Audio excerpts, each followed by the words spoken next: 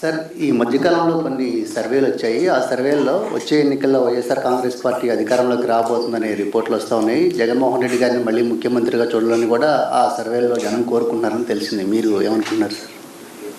ఈ చంద్రబాబు నాయుడు గారి పాలన ఈ మాదిరిగా ఉంటే నిజంగా ఎవరైనా కానీ ఏ ఇంట్లో ఓట్లు పడతాయి రమేష్? ఎవరు ఓట్లు వేస్తారు? ఆ ఇంట్లో ఓట్లు పడతాయి చెప్పు. నాకు ఆ సర్వే చూసిన తర్వాత 2 సినిమా డైలాగులు గుర్తొచ్చేయండి. ఒకటి బీస్ట్ సినిమాలో కొత్తగా వచ్చిన కమెడియన్ గారు అంటారు, ఎవరురా నువ్వు ఇంత టాలెంటెడ్గా ఉన్నావు అని. ఎవరురా నువ్వు ఇంత టాలెంటెడ్గా ఉన్నావు? అదొకటి.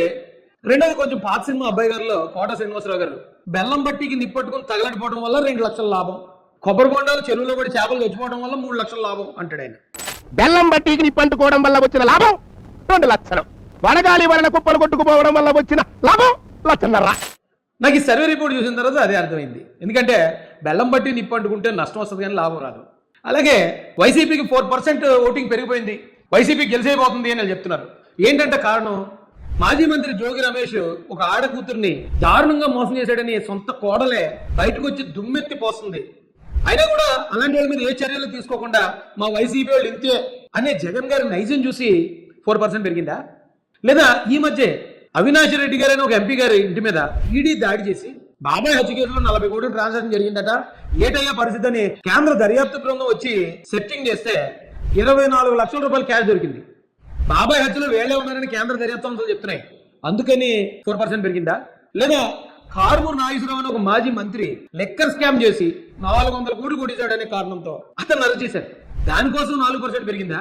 లేదా మొన్న శ్రీధర్ అప్పలరాజు సినిమా చూసాం, ఒక అమాయకుడిని చంపేయడమే కాకుండా ఆ చనిపోయిన వ్యక్తి భార్యను కూడా ఇంట్లో పని మనిషిగా వాడేసుకుందాం అని చెప్పి వాళ్ళు చేసిన ప్రయత్నం, చంపేసిన కొడుకును తప్పించడానికి కేసును తప్పుదావ చేయడానికి చేసిన ప్రయత్నం, దానికి జగన్ గారు ఇచ్చిన మద్దతు, ఇవన్నీ చూసి 4% పెరిగిపోయింది ఏంటి? సేమ్ కోట శ్రీనివాసరావు డైలాగ్ లాగా ఉందండి, బెల్లం బట్టి నిప్పట్టుకుని తగలడిపోయి 2 లక్షల లాభం అన్నట్టు. అసలు వైసీపీ ఓటింగ్ పెరగడానికి ఏ కారణం చూపించారు ఈ ఐఐటిఎన్స్, వైసీపీఎన్స్, పేటీఎంస్? నాకు అర్థం కాలే. ఎందుకంటే వైసీపీ అధికారంలో ఉన్నప్పుడు వీళ్ళు చేసిన అక్రమాలన్నీ సాక్ష్యాధారాలతో సహా దర్యాప్తు సంస్థలు బయట పెడితే మాజీ మంత్రులు, ఎమ్మెల్యేలు, వైసీపీ ముఖ్యమైన నాయకులందరూ జైల్లో ఉన్నారు, సగం మంది జైల్లో ఉన్నారండి. మొన్నే కోర్టు వేసిన సిట్టు ఏపీఎస్సీ అని జగన్ గారు నిర్వహించిన పరీక్షలు అవకతవకలు జరిగాయి, డబ్బులు తినేశారని వాళ్ళు కూడా దర్యాప్తు నివేదిక ఇచ్చారు. అరే, ఇన్ని నష్టాలు వైసీపీకి జరుగుతూ ఉంటే వైసీపీ ఓట్ బ్యాంక్ పెరిగిందా? ఎలా? హౌ? అబ్బాయి గారి సినిమాలో కోట శ్రీనివాసరావు గారిని మించిపోయారు కదా బాబు. దీంతో పాటు ఇదే సర్వేలో అటండి కూటమికి ప్రజల మద్దతు తగ్గిందట, కూటమి ఓట్ బ్యాంక్ తగ్గిందట. ఎందుకు? వేల మంది నిరుద్యోగుల్ని నారా లోకేష్ గారు ప్రభుత్వ ఉద్యోగులుగా తయారు చేసినందుకు కూటమి ఓట్ బ్యాంక్ తగ్గిందా? లేదా గ్రామీణ ప్రాంతాల్లో రోడ్లేస్తూ అభివృద్ధి చర్యలు చేపడుతున్న పవన్ కళ్యాణ్ గారి పనితీరును చూసి కూటమి ఓట్ బ్యాంక్ తగ్గిందా? లేదా దేశ విదేశాల నుంచి వేల కోట్ల రూపాయల పెట్టుబడులు తీసుకొచ్చి అమరావతి, పోలవరం, కొత్త విమానాశ్రయాలు, కొత్త కంపెనీలు, పెద్ద ఇండస్ట్రీలు ఇవన్నీ తీసుకొస్తున్న చంద్రబాబు నాయుడు గారి పనితీరు చూసి కూటమి ఓట్ బ్యాంక్ తగ్గిందా? ఎందుకు తగ్గిందయ్యా? అభివృద్ధితో పాటు సంక్షేమం కూడా జగన్మోహన్ రెడ్డి గారు ఇచ్చిన దానికి 2 రెట్లు 3 రెట్లు ఎక్కువ సంక్షేమం చేస్తూ ఒక పక్క ప్రజలను కాపాడుకుంటూ మరో పక్క అభివృద్ధి చేసుకుంటూ, ఒక పక్కన ప్రజలను కాపాడుకుంటూ మరో పక్కన శత్రువులను చీల్చి చెండాడిన బాహుబలిలా ఈ కూటమి ప్రభుత్వం పనిచేస్తూ ఉంటే కూటమి ప్రభుత్వానికి ప్రజాదరణ తగ్గిందా? ఎలారా బాబు? అది చూసాక నాకు చాలా కామెడీ అనిపించిందండి. తెగన వేద్దాం అనుకున్నాను, కానీ కడుపు నొప్పి వస్తుందని ఆగిపోయాను. అయితే ఇది ఎలాగ వైసీపీ వాళ్ళు చేయించుకున్నది. ఎందుకంటే వైసీపీ ఎనలిస్టులు, వైసీపీ ప్యానలిస్టులు, వైసీపీ ఎర్నలిస్టులు, పేటీఎం బ్యాచ్, జగన్ గారి మాజీ ఎమ్మెల్యేలు, మంత్రులు అందరూ ఏం చెప్పినా ప్రజలు నమ్మట్లేదు, చీకొడుతున్నారు. అందుకని ఒరే బాబు మా మాటలు నమ్మట్లేదు, ఒరే మీరు సర్వే అని చెప్పి రిపోర్ట్ ఇవ్వడరా బాబు, మేము 29లో నెగ్గుతామని ఒక రిపోర్ట్ ఇస్తే ఇదిగో మాకు పలానా సర్వే సంస్థ చెప్పింది మేము నెగ్గబోతున్నాం అని చెప్పి ప్రజల్లోకి లేని అపోహ కలిగించన్నా నేను మా క్యాడర్ని నిలబెట్టుకుంటాం, లేకపోతే క్యాడర్ అంతా జారిపోయే పరిస్థితి ఉంది. కాబట్టి క్యాడర్కి ఉత్సాహం కల్పించడానికన్నా ఈ సర్వే రిపోర్ట్ ఇవ్వండి నాయన అని చెప్పి తెచ్చుకున్న రిపోర్ట్లా కనపడుతుంది ఇది. లేకపోతే ఊరు పేరు లేకుండా సర్వే ఏంటండి? అయినా మన నినాదం, మన స్లోగన్ వైనాట్ 175 కదా. ఆ మాట ఎందుకు చెప్పలేదు? సిగ్గేసిందా?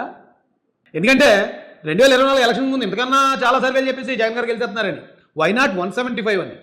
ఏమైంది? 11లో కూర్చున్నారు. ఇలాంటి సర్వేలు కూడా అంతే, ఇవన్నీ పెయిడ్ సర్వేలు. పాపం ఈ సర్వే చేసేవాళ్ళు కూడా ఇది దరిద్రమైన సర్వే, ఇది అన్ని అబద్ధాలు, తప్పులు తడక అని తెలుసు వాళ్ళకి. అందుకే వాళ్ళ పేరు ఎక్కడ బయటకు చెప్పుకోలేదు అనుకుంటున్నాను నేను. చెప్పుకోవడానికి వాళ్ళకు కూడా సిగ్గు అనిపించి ఉంటుంది. అయితే వైసీపీని చూస్తే ఇక ఇలాంటివి తప్ప మరో దారి లేదు.